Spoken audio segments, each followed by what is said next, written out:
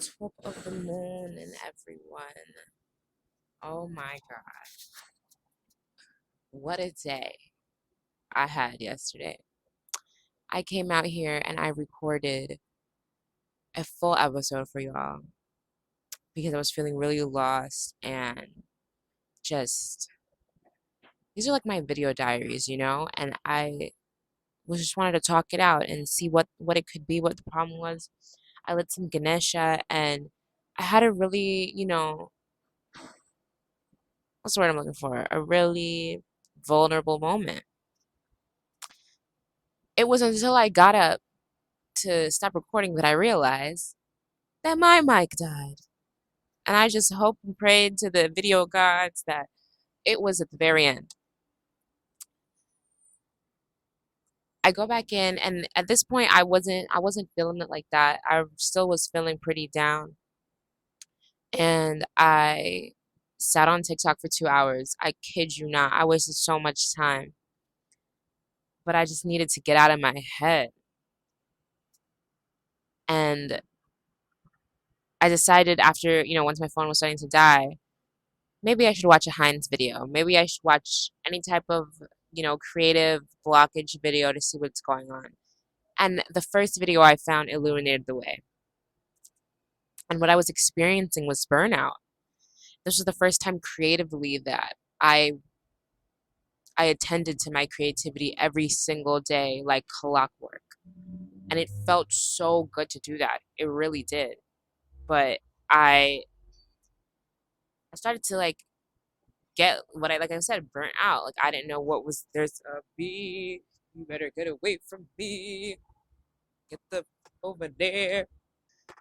Anyways, so I what was I saying? But yeah, so it got me back. It snapped me back into motion, and I just realized I was experiencing burnout, and like working out, you have to rest your body. I needed to rest my creative mind, and I didn't do that yet. And so I decided to, just do my little routine. Follow me on TikTok so you could see it. Um, but I did my little routine. I cleaned the house. I scooped the litter, which I clearly did not do long enough because I threw the whole thing. Don't judge me. Don't judge me. But I did everything, and I was like, let me edit this video before I do my hair. As you can see, I did my hair. Ew, ew. I said, let me do my hair. Let me edit this video before I do that because that takes a couple hours. And when I tell you the dismay and the distraught on my body when I realized this stopped recording, this mic died at 3 minutes into the video. Every time we moved or I, tried to dance, bro, I almost threw the whole thing off the balcony. I almost jumped with it, matter of fact, but I didn't. Instead, I calmly meditated and realized that everything happens for a reason. And call my sissy, my creative guru along this process, and she just said the same thing, like, you need to rest your creative mind. And it was so true because I woke up this morning inspired. I woke up with pages to write. I woke up with wanting to go to the gym, with inspiration of TikToks and different types of content that I know will help me stay on track with finding my purpose, but also different things that I need to incorporate in being my creative self. Like I said in the artist way, to do one of the 5 things that you could see yourself doing, and that, like I said, that was dancing. And yesterday I just danced with no thought in the world, no choreography, just the beautiful sounds of the universe and some additional spiritual sounds behind that. And it was so freeing. Oh, even my mind and my body right now, I just want to sing with it and dance with it. And it just makes my heart feel so full and my body feels so balanced.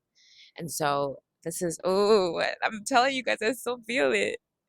And so that's what, I'm gonna incorporate in my journey.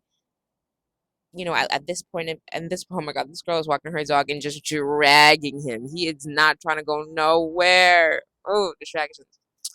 But that's what I want to incorporate in my journey is doing things like that, doing things that when I do feel when the moments of burnout come to play, maybe choosing another creative path, another creative passion of mine to fill the day with versus letting a day go by and not even addressing it at all, because I do understand the creative mind needs a break, but I don't want to let her go. Like, I'm afraid if I let her go, she might not come back. Maybe I need to deal with that and unpack that a little bit more. Yeah, yeah, I think so. So that being said, let's get into the video. A long intro. I'm sorry, y'all. Um, my name is Angeli Sahadio, and I am a shadow artist. But I am currently in creative recovery to find my higher creative self. So to start, we're gonna light some Ganesha. Om Shri Ganesha Namaha, great Lord of wisdom. Here I stand with so many decisions to make. So many ways to turn, I beg your grace. Please fill me with righteous judgment and clear discrimination as I lay all confusion at your feet and immerse myself solely in your being.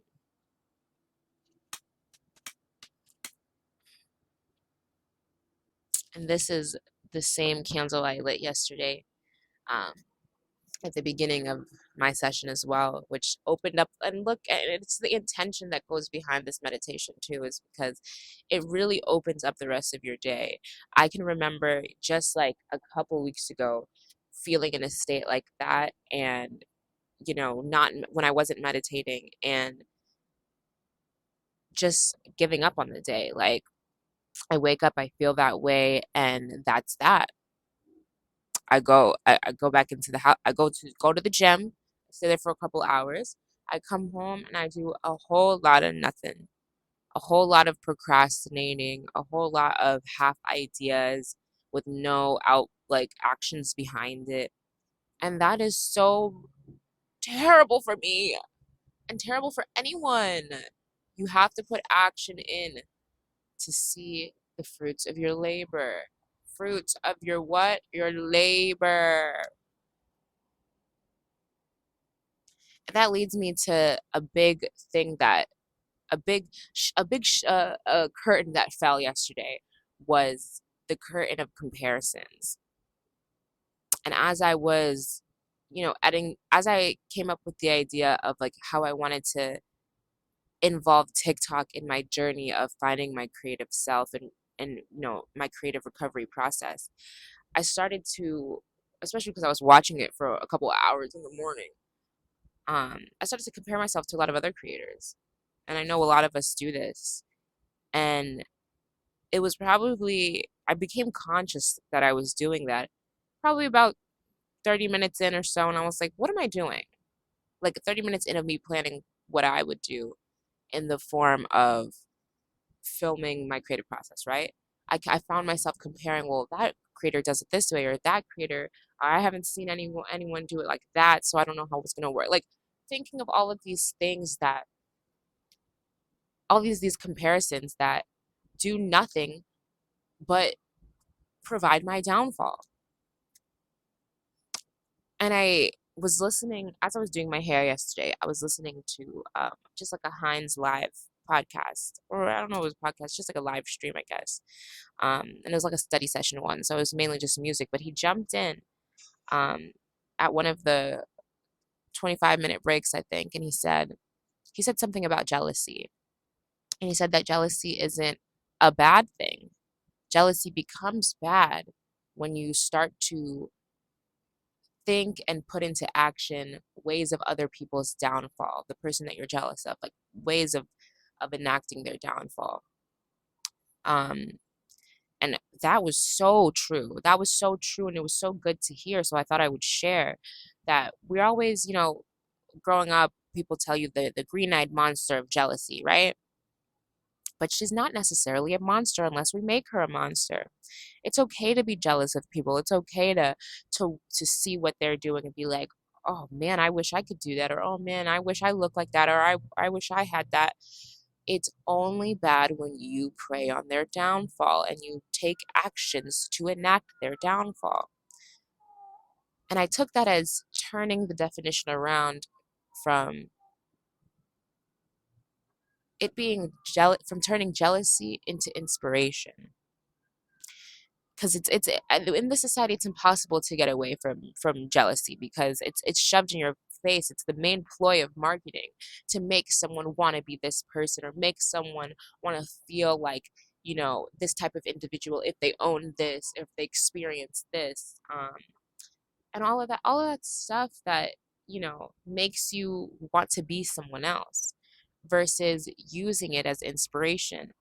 For example, I saw in my in the process of like me just trying to find some inspiration on YouTube yesterday, I saw this one girl who had the most beautiful setup. Oh my God. And mind you, this setup wasn't like a setup for filming. This was her house. Like this is just what her house looked like. And I kept thinking like, oh my God, that's so beautiful. Like I would love to have a set like that.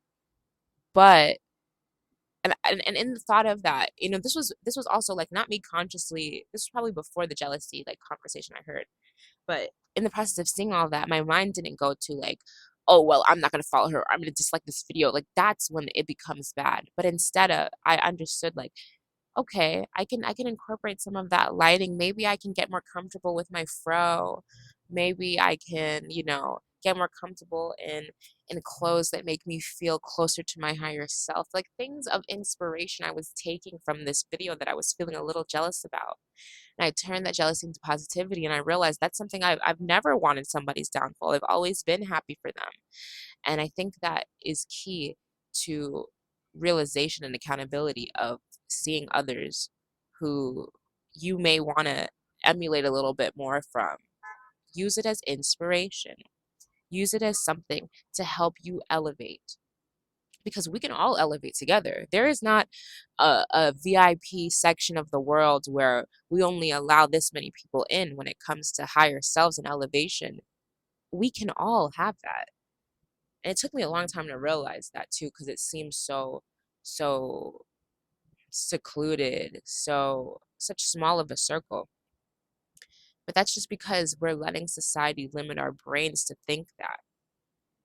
And that comes with disconnecting from the media, and reconnecting with actual people and individuals of like minds and open minds, because that's only going to elevate us. That's only going to help us grow. And what did I say about growth? Like, especially because this is the stage that I'm in, I want all that good energy. I want all that inspiration. Like, I want to see and hear things that I've never experienced before, and continue to grow my mind and grow my soul and my spirit. So in the next lifetime, I'm even stronger. And every lifetime after that, I get stronger and stronger and stronger. Ooh, that was so powerful. Like, I feel that shaking through my body. Wow. Oh, my Ganesha just blew out. Is that a sign? Has it done its healing today? I guess so. I'm gonna take that as a sign. So on that note, I ended with a mantra yesterday that did not get recorded, but it was a mantra for strength.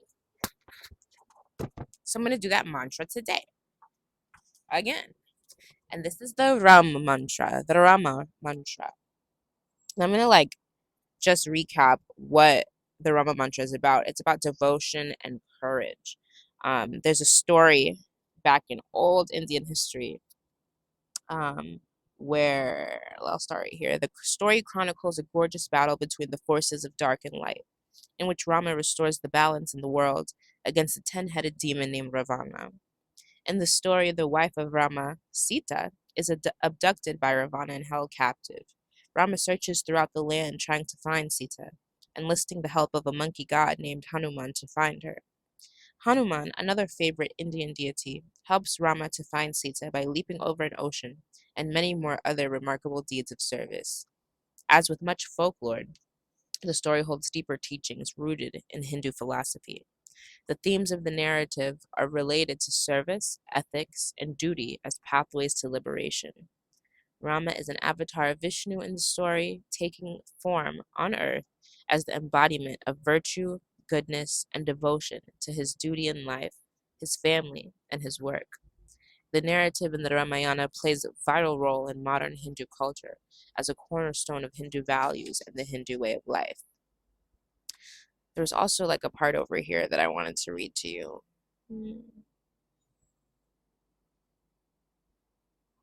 Ah, here we go. When I read a story like the Ramayana, each of the characters in the story represents an aspect of myself.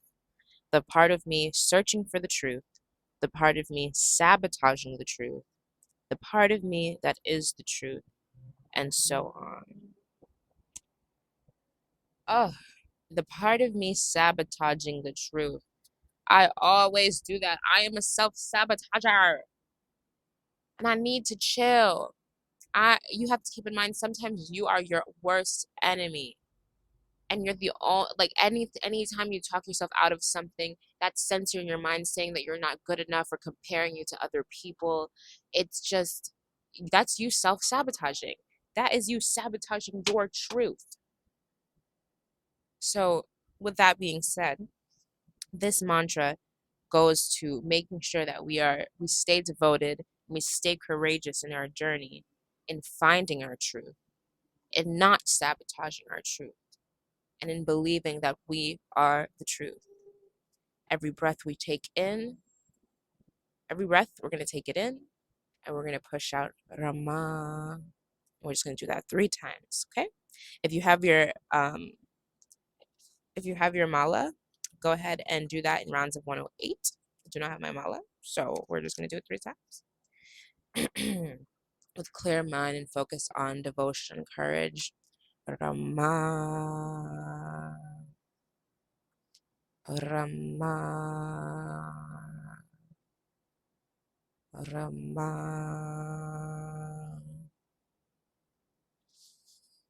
Into a bigger and brighter day than yesterday. I'm devoted.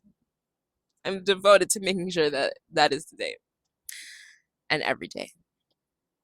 Peace, y'all.